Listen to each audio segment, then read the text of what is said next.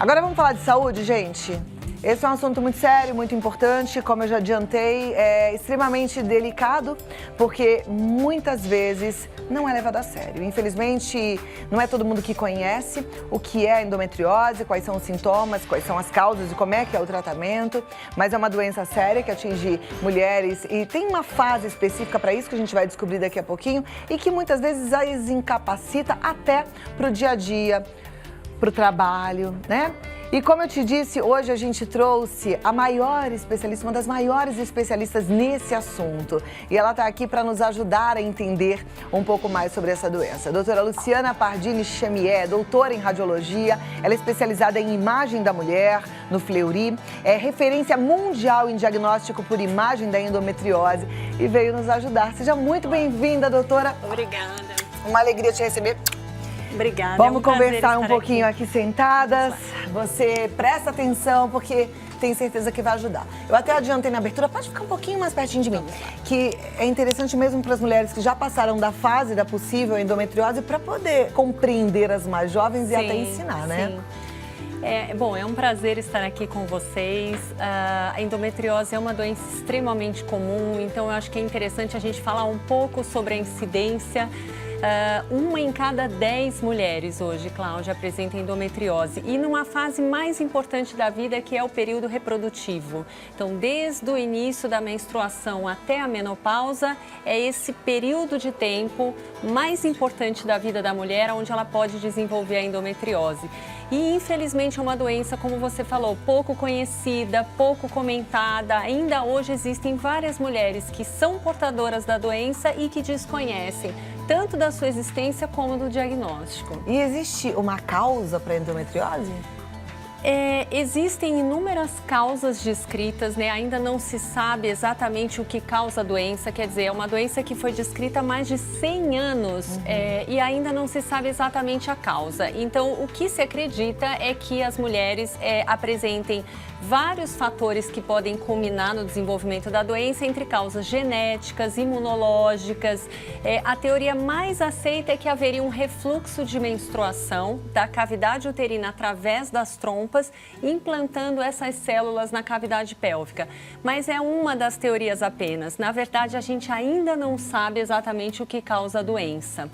Tem um vídeo bem interessante que eu acho que é legal de mostrar para todos, mostrando um pouco de como que a endometriose compromete a cavidade pélvica. Acho que seria legal mostrar.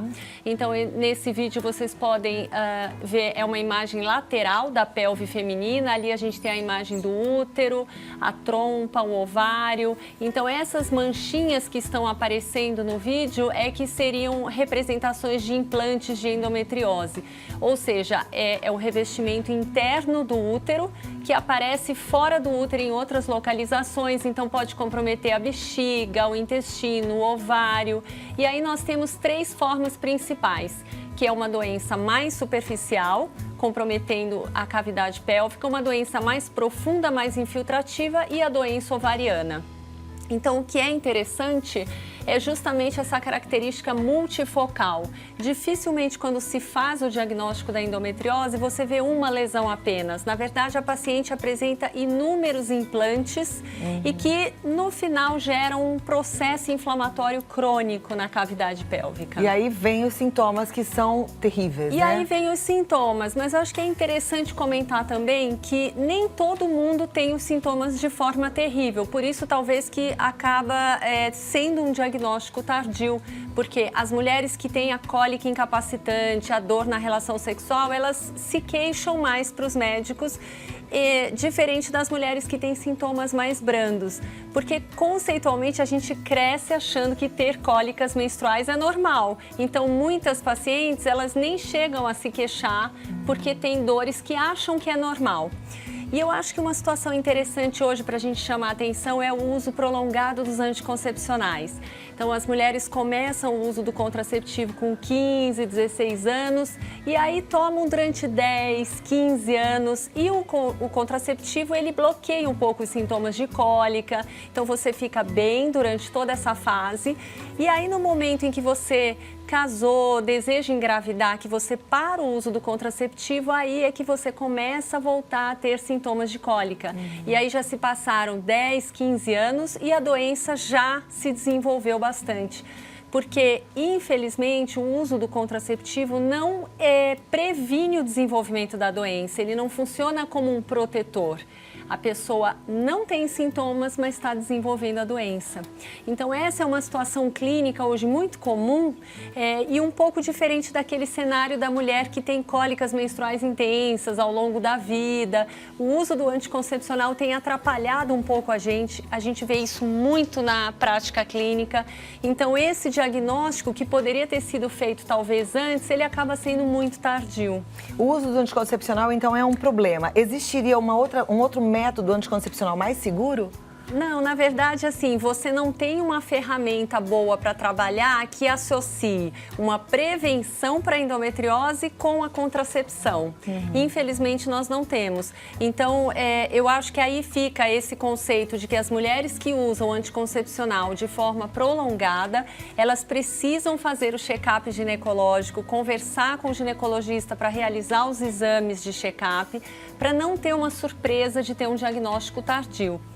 E aí que eu acho que entra a importância do diagnóstico em endometriose, porque é uma doença difícil de diagnosticar. Não são exames convencionais de rotina, como uma ultrassonografia básica, que diagnosticam a endometriose. Então, você tem que fazer um exame com um especialista e esse exame é um exame diferenciado, realizado com um preparo intestinal. Ele é todo dedicado para investigar os focos da doença. Em alguns casos, como você mesma disse, não existe o sintoma, né? Tão incapacitante, essas dores, etc. Mas tem uma consequência essa doença? Ela pode acarretar um mal à mulher? As duas situações talvez mais comuns relacionadas à endometriose é a dor pélvica e a infertilidade. Então, do ponto de vista evolutivo ao longo da vida da mulher, o que pode ser muito difícil de lidar é com essa questão do não conseguir engravidar, dificuldade para conseguir uma gravidez.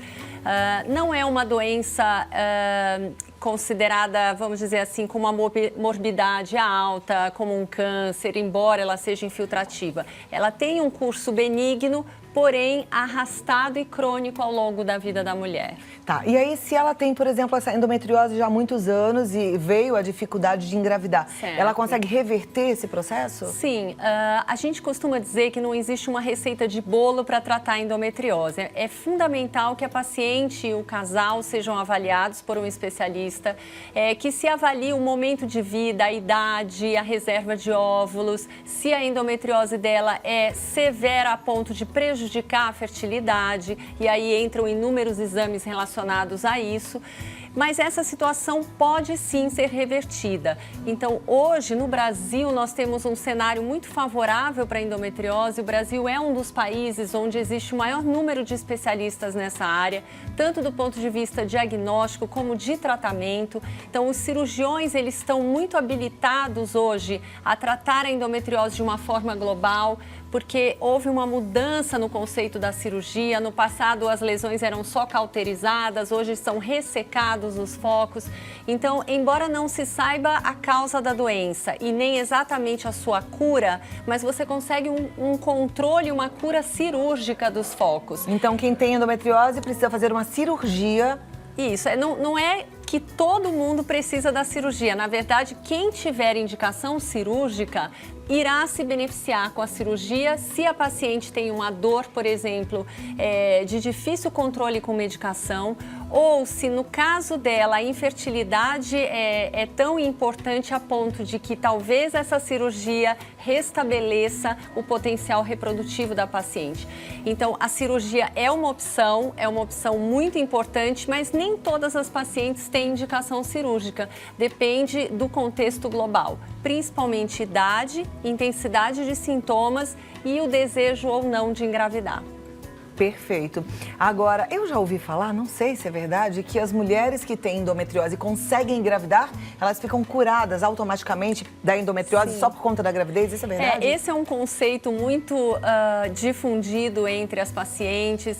Na verdade, o que acontece é que a gravidez ela é benéfica para paciente com endometriose, porque o período todo da gravidez, a ação da progesterona, que é o hormônio que predomina nessa fase, faz com que as lesões sofram um processo de atrofia. Então, não é que ela tem uma cura completa da doença, ela tem um período de remissão importante, com uma melhora nos sintomas, e que perdura por um período de tempo. É claro que se a paciente, depois da gestação, não usar alguma coisa para controle da dor ou mesmo para controlar o desenvolvimento da doença, com a volta do ciclo menstrual e o hormônio presente na primeira fase, que é o estrogênio, ela volta a ter estímulo para a inflamação novamente dessas lesões. Então, todas as mulheres que não estão na menopausa, ou seja, ainda menstruam, Sim. elas podem ter endometriose? Sim. Não é uma doença só de menininha?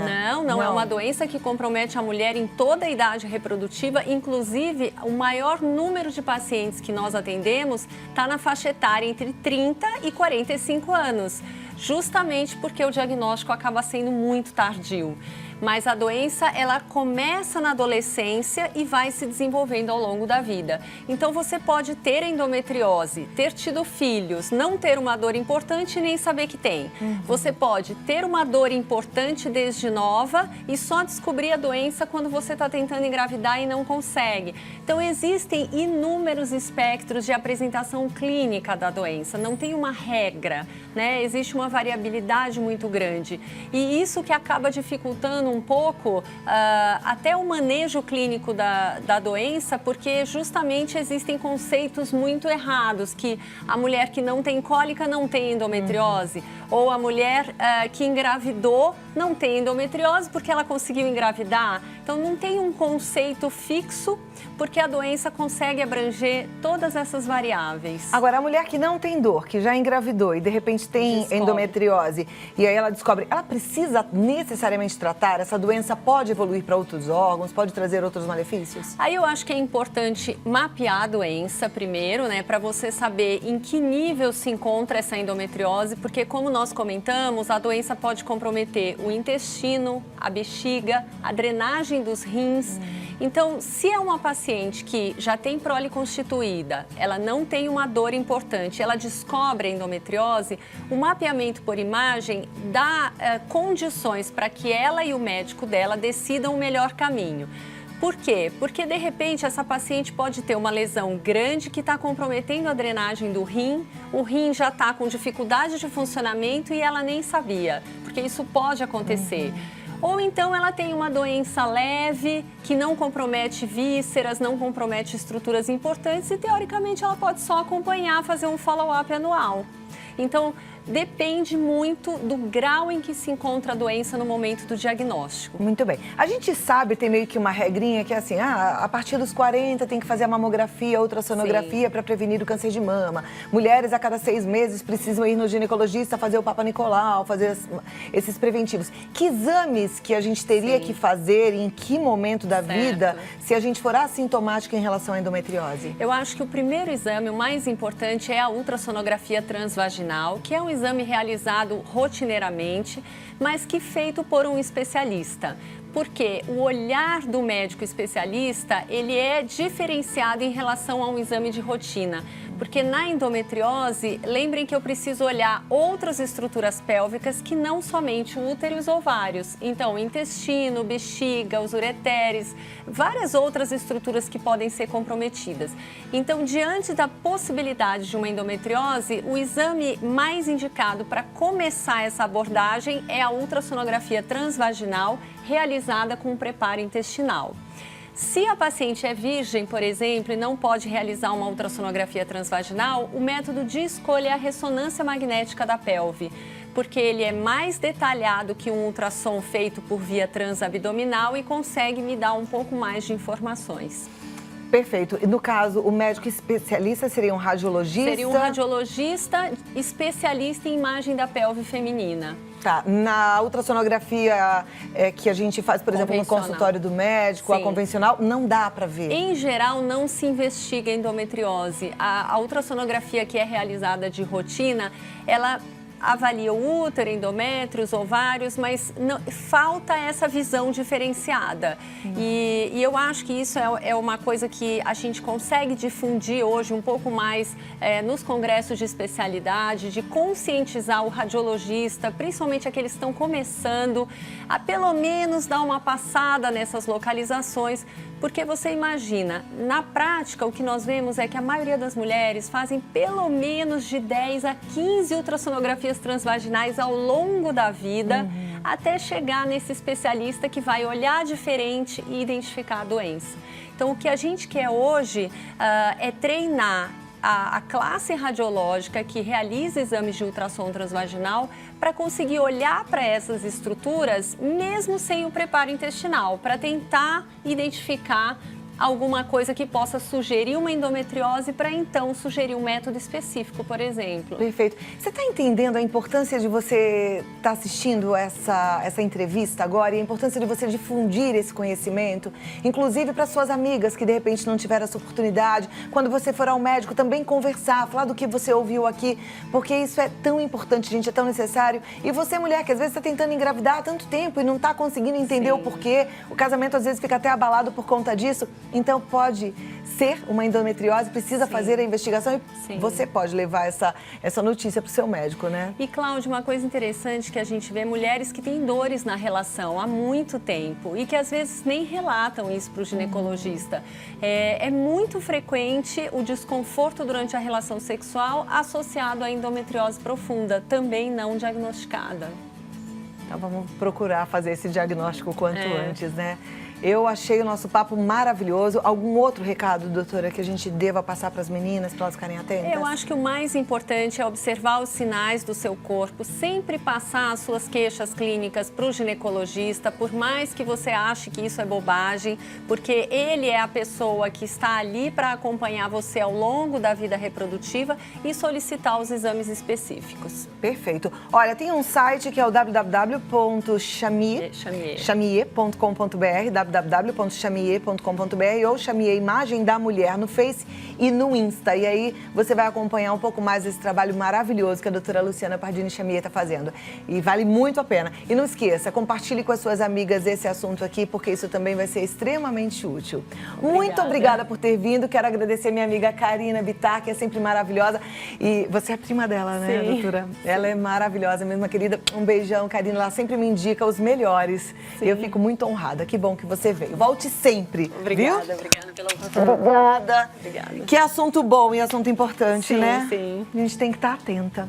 A gente precisa conhecer o nosso corpo, a gente precisa ouvir profissionais altamente qualificados para poder bater papo com os nossos médicos e não tem problema nenhum nisso. A gente pode sim questionar, pode perguntar, pode sugerir uma avaliação diferenciada, né? Afinal de contas, eu estou falando da tua vida, eu estou falando do teu corpo, eu estou falando do teu bem-estar.